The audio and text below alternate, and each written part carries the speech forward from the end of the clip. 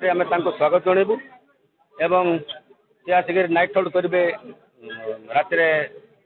बैद्यनाथ प्रथम प्रोग्राम हूँ 2:30 आम टाइम देचु सब 3टा सुधा से पहुँचवार कार्यक्रम रही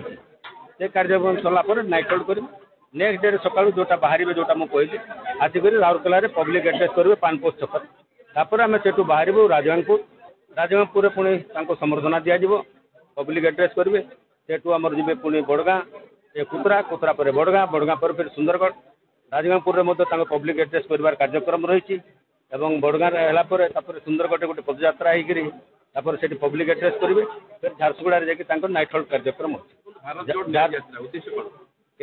उद्देश्य है भारत वर्ष जो मैंने बर्तमान जो डेमोक्रेसी ना डिक्टेटरशिप जो चले मोदी सरकार बीजेपी सरकार